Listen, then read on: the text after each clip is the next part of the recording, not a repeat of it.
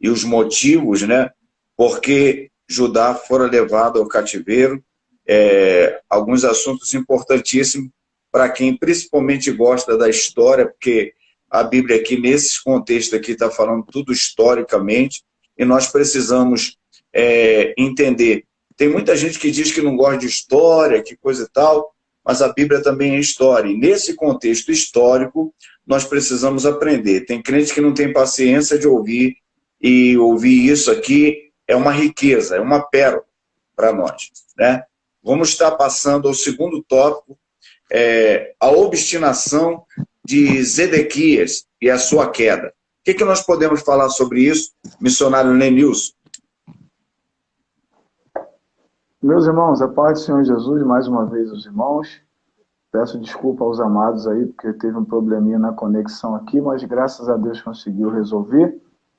E esse segundo tópico, ele vai falar a respeito de um traço da personalidade desse rei, né, chamado Zedequias. Muitos reis tiveram vários traços na sua personalidade. Alguns tiveram traços positivos e outros, infelizmente, traços negativos. E a gente vê na vida desse, né, em especial, o último rei de Judá, ele tinha um traço negativo, que era a questão da sua teimosia ou da sua obstinação. Ele era obstinado, ele era teimoso, ele resistia à palavra do Senhor, né? E lendo aqui no primeiro e no segundo subtópico, você vai perceber algumas razões pelas quais ele se tornou um homem resistente à palavra do Senhor, né? Desobediente e resistente à palavra do Senhor. No primeiro subtópico, ele começa dizendo sobre a teimosia de Zedequias. E o comentarista nos diz o seguinte: Zedequias, o último rei de Judá, não entendeu bem a exata conjuntura em que a nação se encontrava. A primeira, vamos dizer, característica dele, aqui como um homem teimoso, se deu porque ele não tinha discernimento, irmãos. Ele não teve discernimento da situação que a terra estava enfrentando, né? A gente vale lembrar que qual é o contexto, qual era a conjuntura de Judá naquele momento. Judá estava sobre a iminência da invasão da Babilônia, né? Invasão essa que já tinha surtido um efeito anterior a ele, e por ele ter se rebelado à voz do Senhor, e mais uma vez ter se colocado em atitude de rebeldia contra a Babilônia, ele estava na iminência de sofrer mais um golpe, e um golpe fatal, né? Final da Babilônia sobre Judá. Então ele, dando ouvido aos falsos profetas e desprezando a verdadeira profecia, que é aquela que vinha de Jeremias, ele perdeu o discernimento, ele perdeu o sentido da situação. Ele entrou por um caminho pelo qual ele não conseguiu retornar. E aqui o comentarista vai dizer, continuando, que por sua própria conta, ele resolveu não dar ouvidos à voz do profeta. Ele resolveu não dar ouvido à voz do profeta. E é muito triste, irmãos, quando Deus ele fala com a pessoa e a pessoa resolve não dar ouvido à voz de Deus. Lá no livro de Jeremias, no capítulo 37, o texto sagrado vai nos falar sobre essa situação, sobre essa condição, da seguinte forma, Jeremias 37, verso de número 2. Mas nem ele, se referindo a Zedequias, nem os seus servos, nem o povo da terra deram ouvidos às palavras do Senhor, que falou pelo ministério de Jeremias, o profeta. Artigo, o profeta, deixando claro que naquele momento da história, a palavra profética não estava com os falsos profetas, mas estava com o profeta, aquele que Deus havia designado para, naquele momento, dar a direção ao rei. Mas o rei está sem discernimento. O rei ele está completamente tomado pela sua obstinação. E é interessante, irmãos, a gente entender, compreender a gravidade dessa teimosia. Porque não é a teimosia de alguém que não tem conhecimento daquilo que Deus pode fazer. Não é a teimosia de alguém que nunca ouviu falar sobre o Deus de Israel. Muito pelo contrário. Se a gente voltar um pouquinho na história, nós vamos ver que Josias, que é pai de Zedequias, né, que teve seu nome mudado, ele na verdade se chamava Matanias, mas quando ele é colocado sobre o reino pela ação da Babilônia, a Babilônia, né, Nabucodonosor, muda o nome dele para Zedequias. Né? Então, voltando atrás, Zedequias está teimando contra um Deus que seu pai serviu fielmente, sendo o maior, um dos melhores reis da história de Judá. Então ele teve o exemplo de seu pai, mas ele resolve rejeitar o exemplo de seu pai. A Bíblia vai dizer que seu irmão Joacás, ele vai reinar, e Joacás ele vai fazer o que é mal perante os olhos do Senhor. A Bíblia é clara em dizer, ele vai fazer o que é mal, Joacás faz o que é mal. O que acontece com Joacás? Faraó Neco do Egito vem, leva Joacás, se não estiver enganado, né, para o cativo, escravo para o Egito, e coloca o seu filho, coloca seu irmão, Eliaquim, que ele também muda o nome de Eliaquim para Jeoaquim. E Jeoaquim reina por um tempo, e depois de Jeoaquim, o filho de Joaquim, ele vai reinar no lugar de seu pai. E depois de Joaquim, então, Zedequias ele vai entrar. Então, olhando para trás, o que Zedequias viu? Zedequias viu Deus sendo fiel a seu pai, mas viu seu pai morrer porque não consultou a Deus. Zedequias também teve a oportunidade de presenciar seu irmão fazendo o que é mal e perecendo por causa disso. Zedequias viu seu tio fazendo o que era mal, seu irmão, outro irmão fazendo o que era mal e perecendo. Viu seu sobrinho fazendo o que era mal e perecendo. Então, não é uma pessoa que não tem conhecimento do que Deus pode fazer e nem da importância que tem a lei do Senhor, mas é alguém que mesmo tendo conhecimento, mesmo tendo vivência, mesmo tendo presenciado, visto de perto, tudo o que resistir a Deus pode trazer de consequência, ele decide, e o comentarista diz aqui, por conta própria, ele decide desobedecer ao Senhor. Ele decide resistir à palavra do Senhor. Zedequias ele vai aqui fazer pressão sobre o profeta Jeremias. Ele vai tentar trazer Jeremias para uma condição de fazer aquilo que ele queria, como tentaram fazer com Micaías na época de Acabe. Mas assim como Micaías na época de Acabe, Jeremias ele é firme na sua palavra.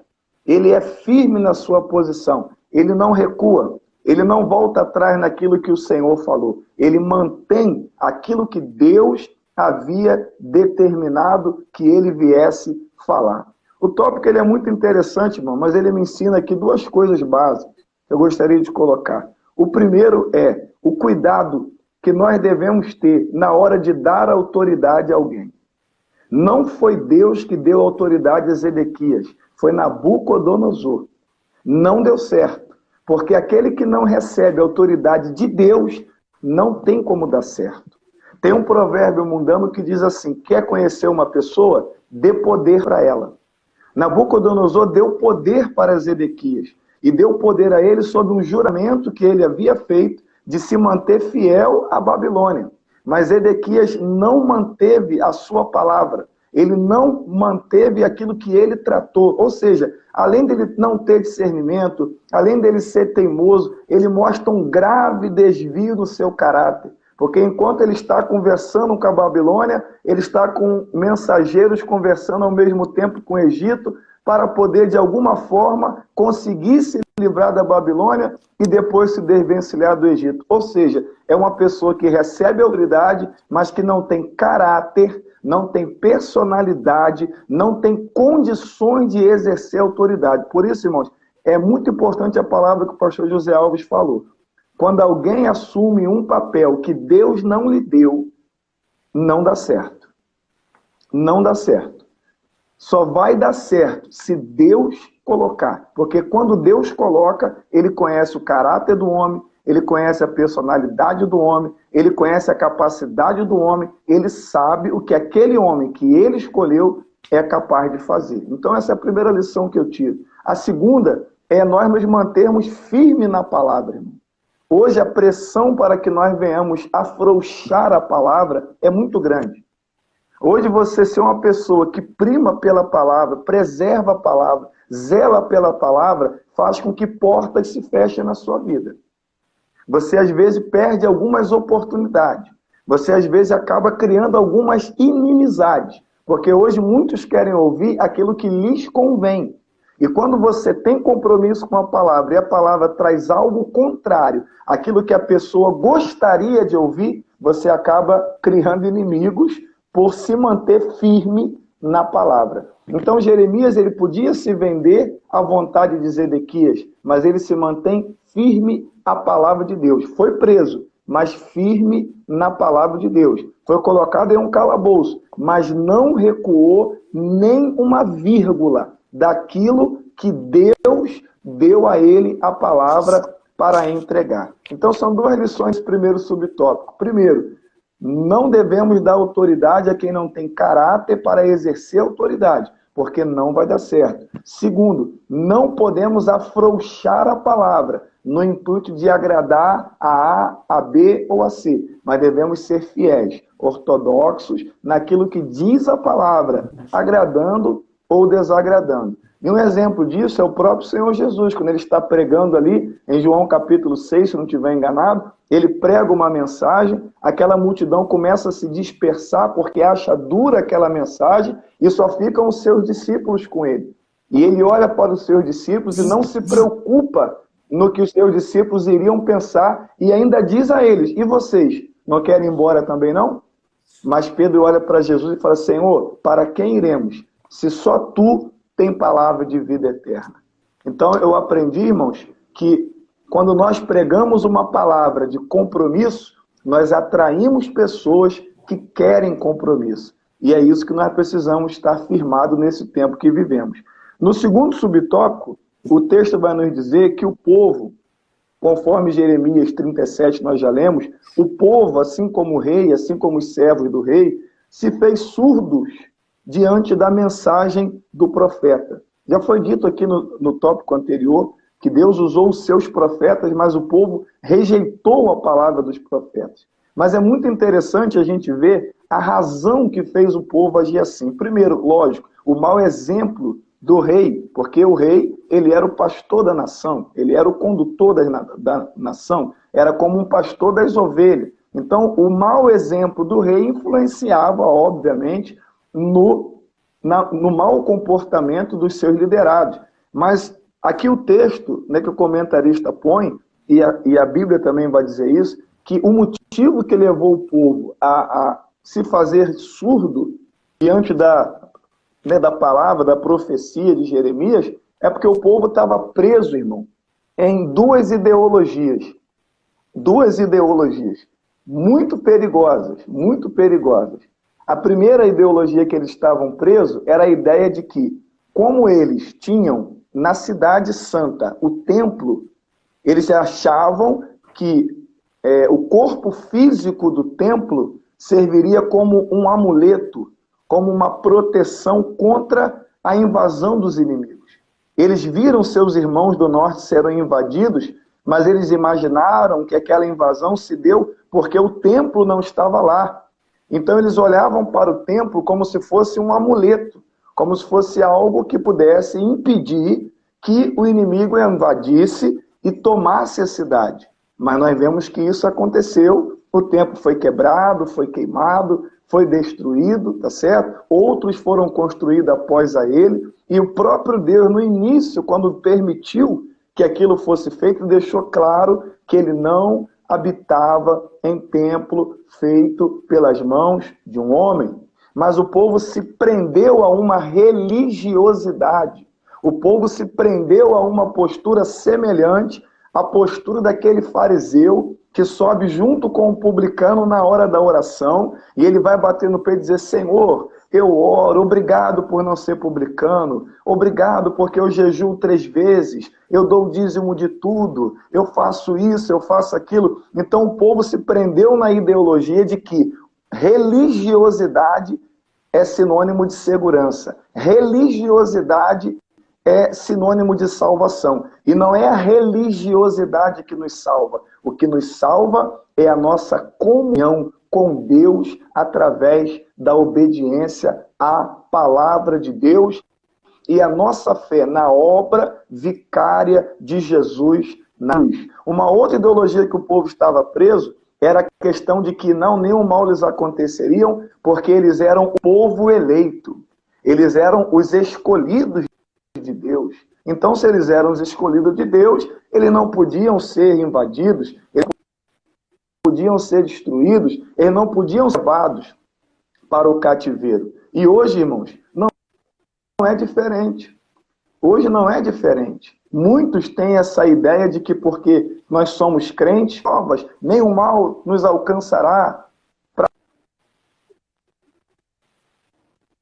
Praga alguma chegará à vossa tenda. Pegamos textos isolados do Antigo Testamento que não foram escritos para nós, agora princípios importantes possam ser aplicados a nós e usamos esses textos, esses princípios como amuletos, imaginando que porque somos crentes, mas Jesus deixou muito, no mundo tereis aflições, por isso devemos ter bom ânimo. Então, resumindo aqui, irmãos, a minha palavra, nós vemos aqui que é com o povo, exata a palavra de Deus diz em Provérbios 29 e o verso 1.